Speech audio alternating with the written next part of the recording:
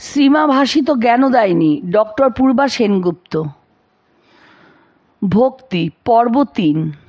ঠাকুরের উপর তার যে অন্য ভক্তদের চেয়ে বেশি দাবি আছে মা তা মনে করেননি এবং ভক্তদের আশ্বাস দিয়ে বলতেন, ভয় কি, আমাদের ঠাকুর আছেন।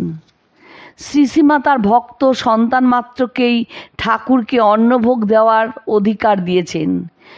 সরমা রায় নামে জনৈক অব্রাহ্মণ স্ত্রীভক্তকে এই বিষয়ে মা পত্র মারফত জানিয়েছেন।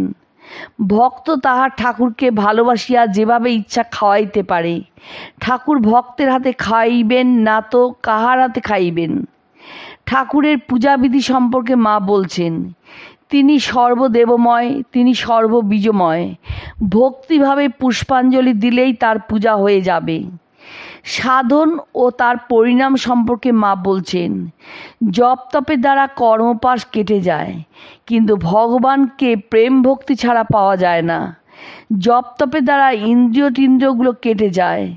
বৃন্দাবনের রাখালেরা কি কৃষ্ণকে জপদান করে পেয়েছিল? না, তারা আয়রে খাড়ে নেড়ে এই করে কৃষ্ণকে পেয়েছিল।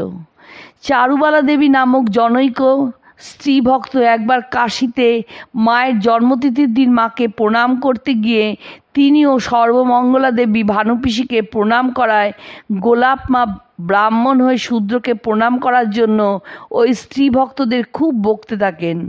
মা একথা শুনতে পেয়ে গোলাপ মার সামনেই স্ত্রী ভক্তটিকে বলেন, গোলাপের কাণ্ড দেখো, উৎসবের দিন সকলে আনন্দ করবে, ও কিনা মনে কষ্ট দিচ্ছে। তোমরা কিছু মনে করো না মা, ভক্তভাবে সকলকেই প্রণাম করা যায়, তাতে দোষ নাই। একবার সন্ধ্যার পর নলিনী দিদি সহ মেয়েদের কাপড় বাইরে ঝুলছিল, তার মধ্যে মায়ের স্ত্রী ভক্ত অন্তঃসত্ত্বা সুরমা রায়ের কাপড়ও ছিল।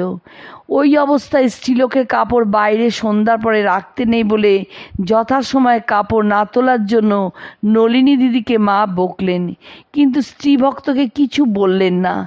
নলিনী দিদি এই বিপরীত আচরণের কারণ জানতে চাইলে মা বলেন, ওদের কাপড় বাইরে থাকলে কিছু হবে না, ওরা যার নাম নিয়ে বেরিয়েছে তিনিই রক্ষে করবেন। স্বামী অসিতানন্দ মাকে জিজ্ঞাসা করলেন যে ঠাকুর মায়ের পাদপদ্মে বিশ্বাস কি করে হয়? শ্রীমা উত্তর দেন, বিশ্বাস কি সোজা কথা বাবা? বিশ্বাস শেষের কথা, বিশ্বাস হলেই তো হয়ে গেল।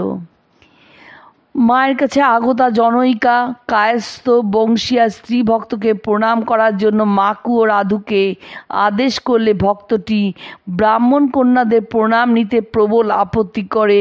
মা বললেন, ওসব বলতে নেই, তুমি ভক্ত মানুষ, ভক্তের জাত নেই, তোমাকে প্রণাম করলে ওদের কল্যাণ হবে। মার কথায় রাধু ও মাকু প্রণাম করতে গেলে ভক্তটি তাদের পা জড়িয়ে ধরলে মা বলেন, থাক থাক, দেবে না, ওরা ভক্ত কিনা তাই সর্বভূতে ঠাকুরকে দেখছে।